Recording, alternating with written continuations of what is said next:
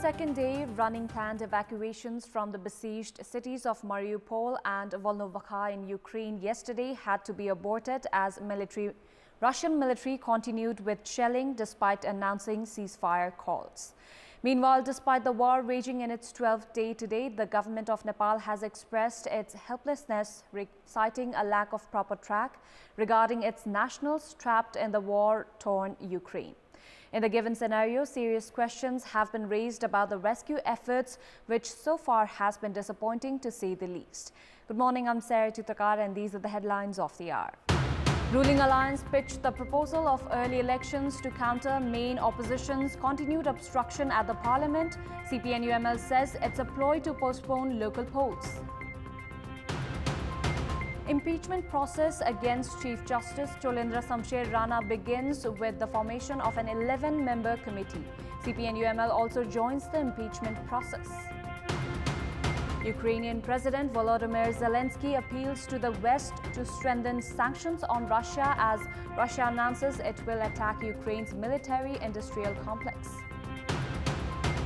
And Manchester City outclassed Manchester United to maintain control of the Premier League title race with an emphatic 4-1 win at Etihad Stadium.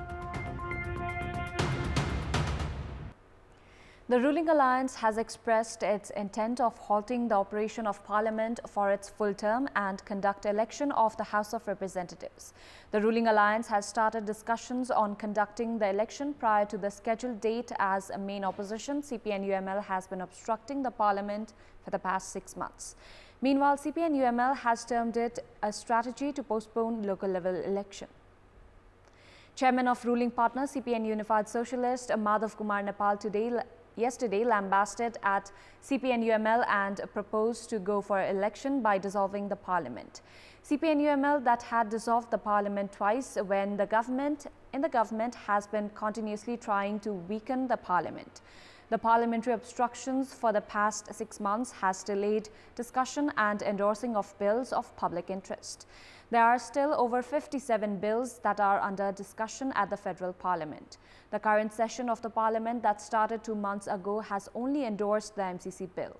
The parliamentary proceedings too have been undermined due to continuous obstructions at the ruling parties have now floated the proposal of early election. The term of the House of Representatives still has 8 more months remaining. However, the main opposition has been obstructing the parliament, citing that Speaker Agni Sapkota was instrumental in splitting the CPNUML that led to formation of the breakaway CPN Unified Socialist led by Madhav Kumar Nepal.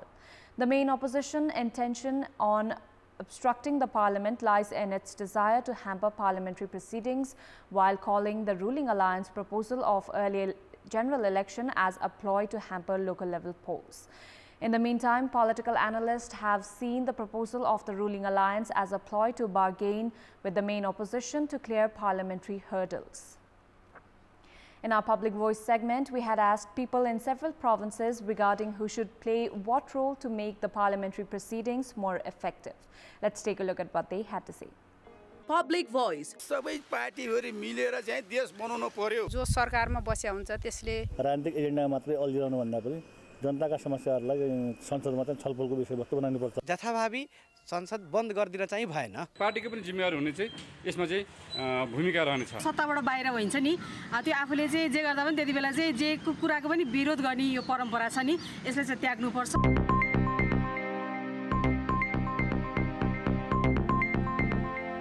3 weeks after the impeachment motion was registered against Chief Justice Cholendra Samsher Rana, the Parliament has moved ahead with the impeachment process with the formation of an 11-member impeachment recommendation committee. Main opposition CPNUML, which has continuously obstructed the Parliament for the past 6 months, has also joined the impeachment process. The 11-member committee includes 4 lawmakers from the main opposition. The other members in the committee comprises 2 each from Nepali Congress and CPN Maoist Centre and 1 each from CPN Unified Socialist, Janata Samajwadi and Loktantrik Samajwadi. The meeting held yesterday under the chairmanship of Speaker Agni Sapkota had decided to form the Impeachment Recommendation Committee. The committee will prepare a working modality and submit a report within 3 months. A total of 98 lawmakers from the ruling coalition had filed an impeachment motion against Chief Justice Rana on 13th of February earlier this year. The sudden move at the time had raised alarm, given the timing of the impeachment motion, as the ruling coalition partners were grappling over the ratification of the US-funded MCC-Nepal Compact, which was later endorsed by the parliament. Meanwhile, in a different context, the meeting yesterday also suspended a lawmaker from Mugu, Mohan Bania, who is currently in police custody on rape charges. The country's loan has increased by 7-fold in the past 2 decades to reach 1.7 trillion rupees. In the Nepali fiscal year 2058-59, the country's budget size was 468 billion rupees, with a loan of 201 billion rupees, which has now increased to over 4.2 trillion rupees. Along with the reconstruction works after the 2015 April earthquake, the construction of large projects has resulted in heightened foreign loan. The trend of taking loans in large amounts has increased, especially in the past 6 years. As the revenue collected in the country has been only adequate to spend on current expenses, including salaries and allowances for government employees, the country has to depend on foreign loan for development works. The foreign loan, which was 697 billion rupees in the Nepali fiscal year 2073-74, has now expanded by 1 trillion rupees. If we are to compare the current foreign loan to the loan taken 2 decades ago, it has increased by 1 trillion and 527 billion rupees. Of the total loan, the amount to be collected within the country comprises 45%, while the external loan is 54.86%. Out of this, the World Bank has a share of 50%, while the Asian Development Bank has 31%. However, due to the failure in holding effective talks with donor agencies, demands and conditions of donors have been increasing. The amounts which come in for development works are not well spent on the construction of infrastructures.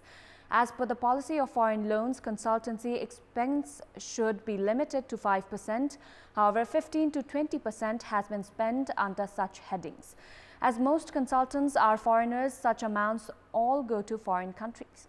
And it's time now for public segment, where you text us with your opinion. Public Pulse. Here's the question: what should be done to better manage foreign grant and loan amount? Your options are A, trustworthy talks, B, clinical implementation of project, and C, /consultancy expense. The voting is on. Type any WS, select your option A, B or C and send it to 34001 to share your opinion with us. That's all for the moment. Thank you for watching. Good day.